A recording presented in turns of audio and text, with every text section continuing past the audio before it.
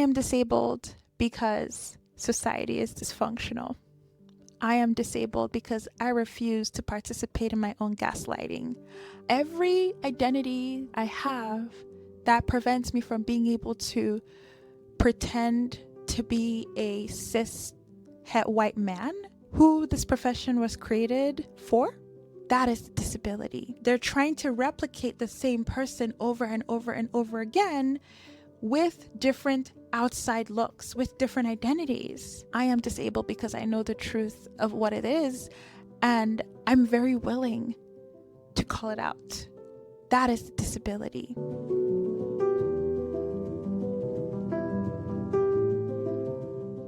Hello, YouTube people. I am coming to you from somewhere in the space, in the ether that is space in the world. And this episode, damn, I don't have a fucking, I forgot to put the dust cover on. I'm gonna get dust cover because, you see that? Terrible. Not very good for business. Business being your tympanic membrane. So I'm gonna get a dust cover. What did I forget to put that on? There we go. I'm gonna put this on. Jesus. They don't call them dust cover. They call them pop filters, I think is what they're called. Not dust covers, pop filters. There we go. Pop. All right. They're called pop filters. They're called pop filters, not dust covers. But, you know, I'm still in month, I don't know what, of trying to figure out how to become my own sound engineer / audio engineer / camera person / producer / editor / scriptwriter / one person show producer, all of the above. Anyway, hi, it is so good to be here. And this month is April. Or whenever you're going to be watching this is April. And April is Autism Awareness Month. For those of you who do not know, I am autistic. I have ADHD as well. Both of those diagnoses definitely did not help to keep me in medical school. They facilitated and accelerated the process of me getting marked for destruction and getting removed from the fold. This episode is inspired by a video I saw on Instagram recently that was shared with me by some friends. And I felt inspired, so inspired that I wrote, where is my journal? That I wrote a whole page and a half. This journal is big, okay? I filled it with a whole page and a half of notes and things I would like to talk about. And yeah, let's dive in. Hey, can I ask you a question? Absolutely. I love questions. Go for it. If you were trying to control a population and a subset of that population was resistant to programming, what would you do? Oh, easy. I would demonize all of the traits that show their resistance. Wow, okay, you answered that pretty quickly. What do you mean by that? Well, not being able to read social cues, for example. All of these social cues and things that you're supposed to do, they're all illusions. They're not actually real. And yet they're important to keep the program running. Some people see beyond the veil, and they don't understand these cues. We'll claim that this isn't a desirable trait, and that will make those people feel inferior and spend their whole lives catching up to try to fit in like everybody else, rather than stopping to question the system. Wait, that's genius, because then they'll spend their whole lives trying to hide their true selves for fear of judgment from others. Yes, exactly. And then you don't even need a form of external control to keep the program-resistant people in check. They'll do it themselves because you're feeding off of their insecurities. Yep. And that's only phase 1. Phase 1? What's phase 2? Oh my god. I could watch this video 100 more times. Anyway, the video says everything. It's the entire thesis. That is the thesis of this episode. Oh my goodness. She refers to a lot of concepts. I'm just like, ugh. Yes, mental disability exists when people are not able to participate in dysfunctional societal dynamics. What does that mean? As an autistic person, I take things literally. I mean what I say what I mean. I tell people exactly how I feel. I do not know how to manipulate, how to lie. I am largely naive. Anybody could have seen a mile away the things that administrators were plotting against me the whole time I was a medical student at UCSF. Anybody could have seen from a mile away that they were not my friends. I should not have trusted them. I was told that the person who was in charge of getting me kicked out was my biggest advocate, and I openly shared everything with this person. I was told that my advisor was my biggest advocate. I openly shared everything with my advisor. I wasn't told these are not your friends, do not trust them. As I've been looking into medical communities online, I see now that most people know that when you're in medical school, almost everybody's lying to you at every point along the way and every step along the way. Trust no one. And that in fact, this profession rewards personalities that are sociopathic or have sociopathic traits or tendencies, and narcissistic traits or tendencies, and manipulative traits or tendencies, because that is who survives in the dysfunctional dynamics that have been set up where most people are largely lying about who they are. Most people are not being themselves. Most people are not being honest. Everybody can't trust everybody. Everybody's playing a game. And everybody's there just to get through and do what you say they should do, but lie to your face and say other things behind your back. I don't know how to play those games. I was always bad at it. And when I tried, I almost lost my life. Okay? So I did not play those games. I was very gullible and I was very naive in the sense that I really trusted we were here for the betterment of humanity and we were here for our patients. And if I put my best foot forward and if I see things that could possibly use improving and bring them up, if I'm earnest in my communication, if I'm earnest in my excitement and my enthusiasm, and anybody who knows me knows that being around me, what you see is what you get. When I'm excited, I'm deeply excited, and people can feel my excitement and my happiness and my joy. It's so palpable, and I'm just here because I love, love, love, love, love learning, and I love, love, love, love, love being able to be around patients, and I love, love, love, love, love the mission, right? What is it? Advancing health worldwide? Like, truly, if that's what you say you are, I'm so down. Now, a world and a profession that demonizes honesty, that demonizes trust, ability to trust, that demonizes earnestness and truth, a world that makes those things out to be traits that are undesirable, that says lying and manipulation and not trusting and knowing how to say the thing without saying the thing and knowing how to put on a brave face and, put on a smile, say what you have to say to the facilitator so you can get a good rating. Say what you have to say, play the game.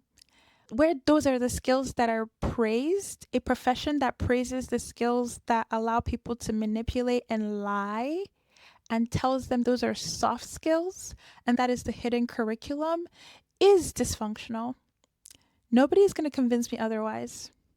When sociopathic traits and tendencies are rewarded and required to navigate a professional landscape that claims to be centered on healing, something is very wrong.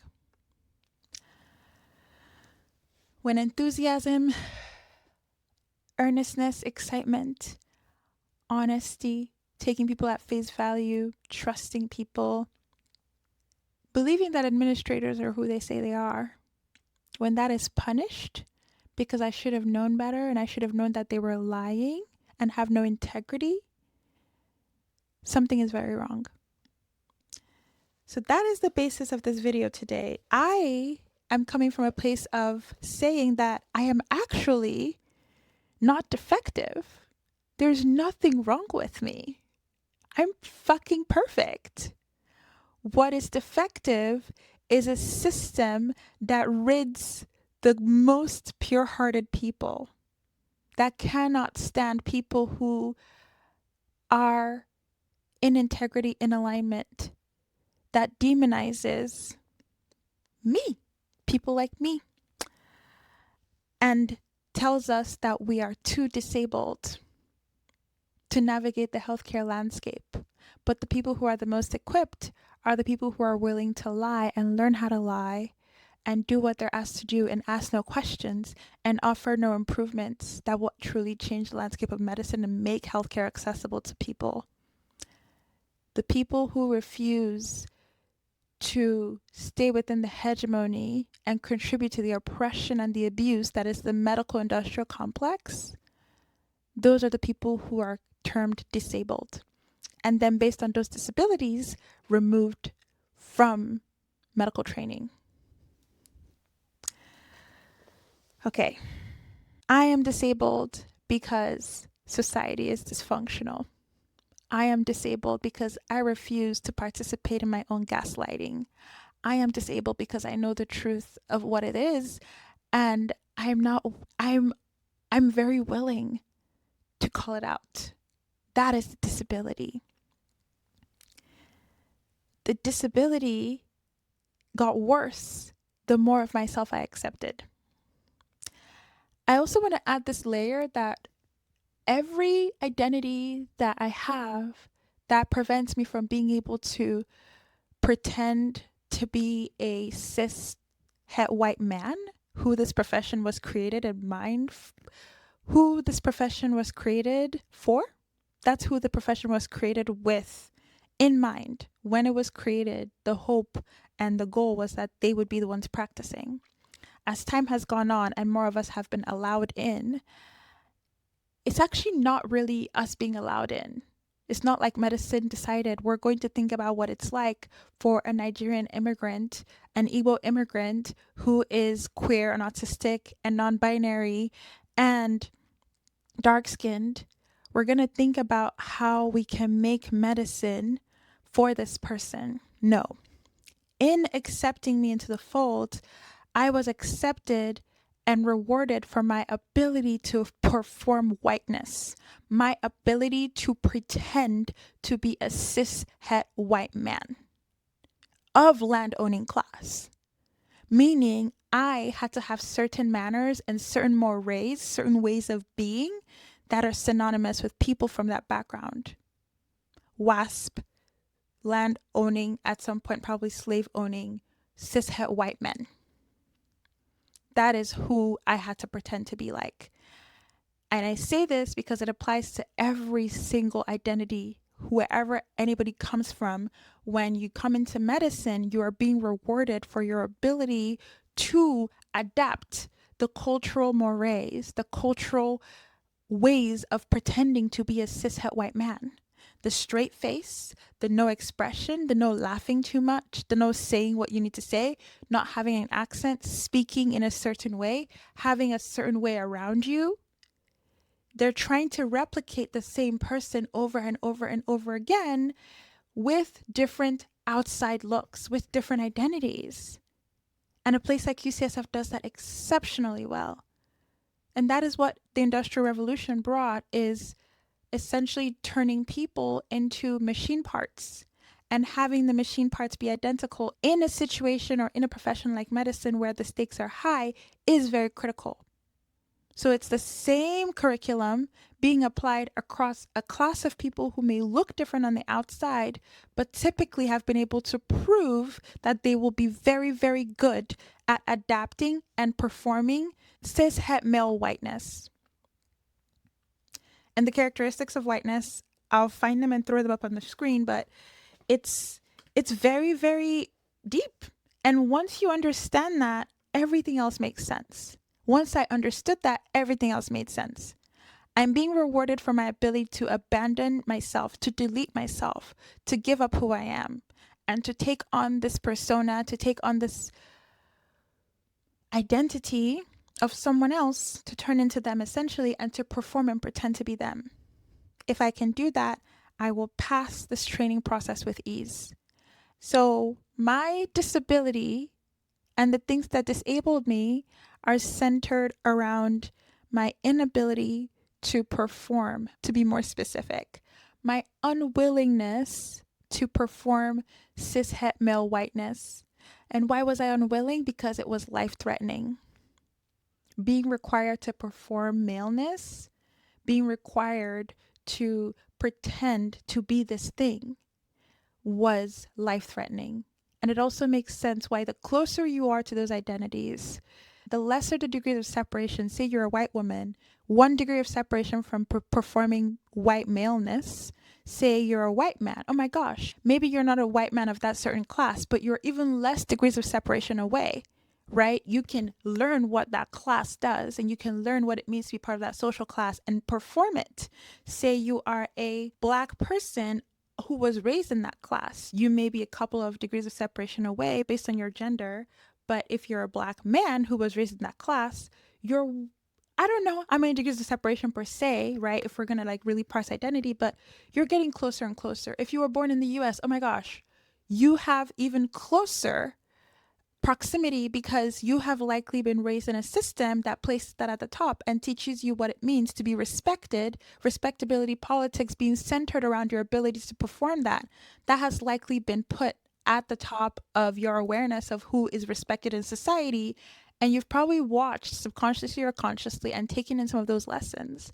I was not born here.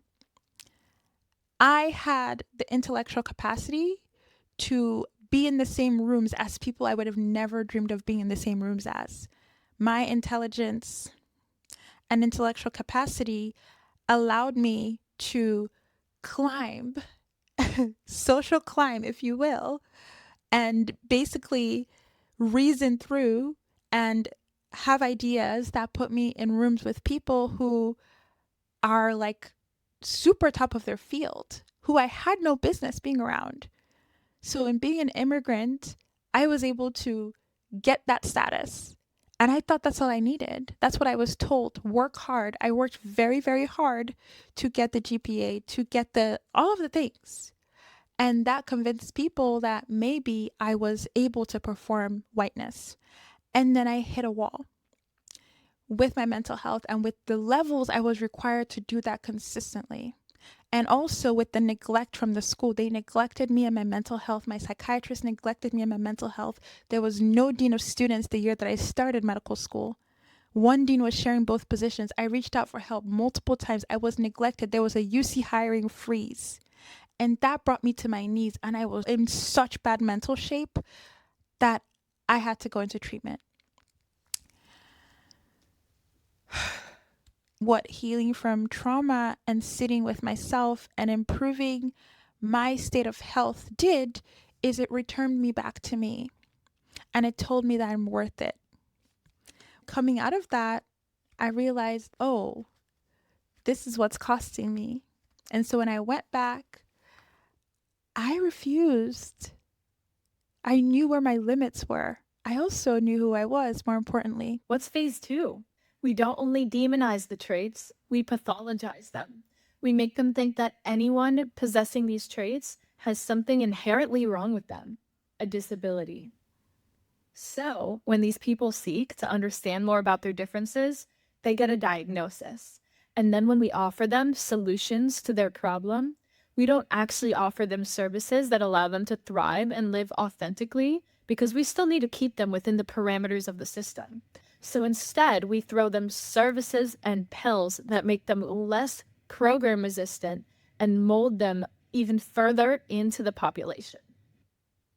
This is absolutely crucial because this keeps these people in a state of disempowerment. Having these people in a state of empowerment would be very, very dangerous. Dangerous? How so? Think of these people as whistleblowers, like a canary in a coal mine. If you keep the canary so focused on itself, then it won't have time to pay attention and realize that the mine is about to blow. If these people feel empowered and whole within themselves, then they will start looking outward at the world around them. They'll start to see what we're doing and speak out about what they see. And if enough of them do this, it might be enough for the more easily programmed people to start to hear them. They might start to wake people up, and that would threaten the entire system.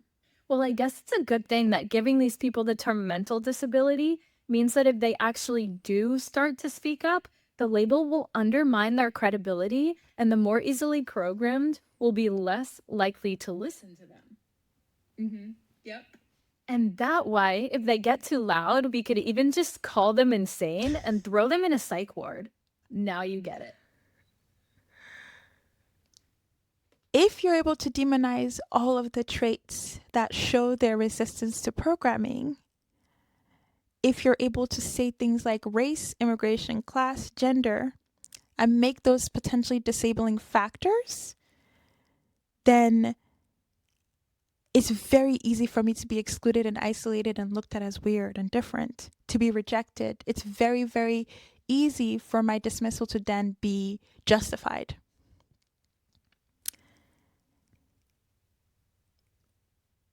Imagine what it would mean for everybody else who has put in so much work and so much effort. Imagine if I refused to perform cis-het male whiteness, and I was still brilliantly changing the landscape, changing the face of whatever, right? Like doing my work, which I was brilliant, by the way. Instructors loved me. Small group facilitators loved me. I asked excellent questions until they got threatened because they felt like they weren't intelligent enough, which is not my problem, by the way. You know, if your bias around what I look like is not matching your expectation of what you thought people like me should sound like or reason like, that's not my fucking problem. Go sort that out with your therapist. But I was brilliant, and the ones who had issues with my brilliance were insecure, which makes total sense. If you're told that your ability to be a white woman and your privilege in the world rests on being able to step on my neck, and I look at you and I say, no, your whole world is shifted. Your whole world is shifted. You're like, what? This is not what I was promised. I was promised that by virtue of being a white woman, I'm better than you. And it turns out I'm not. They try to take it out on me. Anyway, I digress. But if those things can be disabling and can become sources of torture, if those things can be used to torture me, then I will eventually quit. Either I quit or I bend and take on the characteristics that make it easier and start to become someone I'm not and start to perform whiteness. Those are the two outcomes, right? There's a third option. Start to identify the sources of torture and remove them.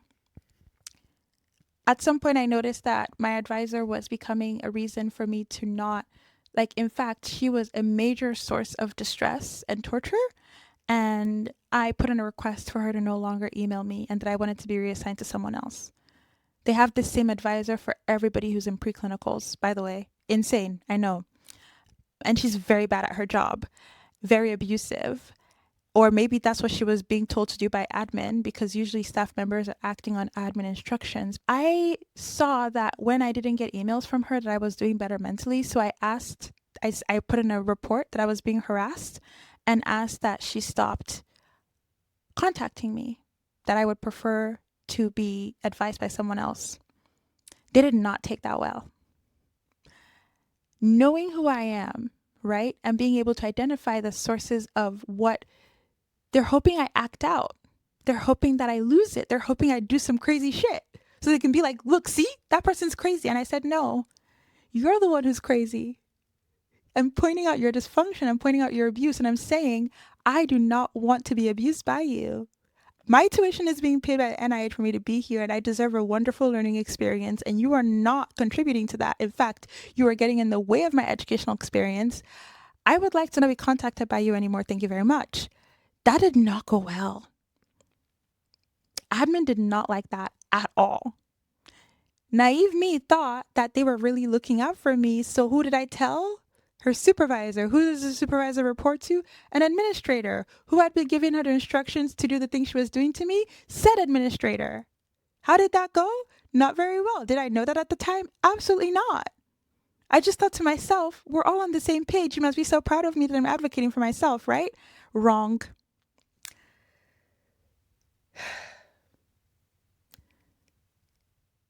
If your whole I'm going to try to disable and torture you until you bend or you break, that third option that I opened up, they're like, what?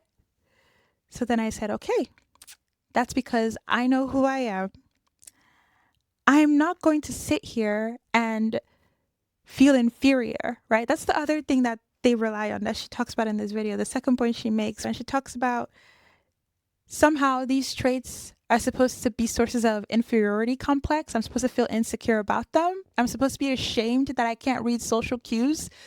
99.9% of social cues are ways for people to avoid direct communication, which makes life so much harder. How am I supposed to read your mind? Isn't that dysfunctional? That is dysfunctional as hell. To be reading minds rather than allowing adults the agency to communicate what they're really thinking and having them be direct communicators and saving us time and energy. Most of what administrators spend time doing is triangulating staff and students. It's not doing their fucking jobs. It's triangulating staff and students, gossiping about students in the name of having meetings off the books with lawyers in the room. That's social cues. Rather than bringing the student into the room and saying, hey, how can we support you? What do you need? Rather than having open, transparent communication, so much of their communication is texting and gossiping about students rather than speaking to the students because they don't trust themselves. They don't respect the students. They are children and trainees of dysfunction, and they project that dysfunction onto students. They think that we're untrustworthy. They think that we don't know what's best for us. They think they know what's best for us. It's so unhealthy. It's so dysfunctional. So instead of me taking that on and saying, yes, there's something wrong with me for not being able to function within this dysfunctional hegemony of a field, I'm actually putting it back on you to do what you said you're going to do. People's lack of understanding around what autism is, the deliberate lack of education, the deliberate misinformation, the deliberate removal of students who have my diagnosis.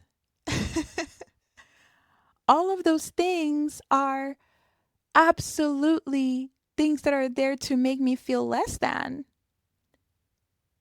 And I said, oh, I actually know who I am. I know that treatment is supposed to be me getting put on a bunch of meds or something and then coming back and now being okay. They want us to be okay, but not okay to the point where we're actually healing the deeper things that lead people to the diagnoses that they get. To be looking at our childhoods, to be looking at patterns of generational trauma and abuse that have led us to where we are. They don't want you to be that okay. They want you to be okay enough that you blame yourself for having a disability. You blame yourself for having mental illnesses. You hide your mental illnesses. You lie about the fact that this profession is worsening the state of your health. They want you to blame yourself for the fact that when you get 4 hours of sleep, guess what? Anxiety and panic attacks are probably going to heighten. When you don't get enough sleep, guess what? Your amygdala is in overdrive. Prefrontal cortex activation is not really commonplace. People are on routine. Emotional capacity, emotional intelligence diminishes. The crosstalk between the limbic system and the prefrontal cortex to say, hey, limbic system, calm down. I've got this. For your prefrontal cortex to take over and actually use executive function to help you show up, that happens when you're taken care of. That happens when you feel safe. When you don't feel safe and your body registers stress, it does what it does best. It keeps you alive. Our brains are here to keep us alive, not to make us happy.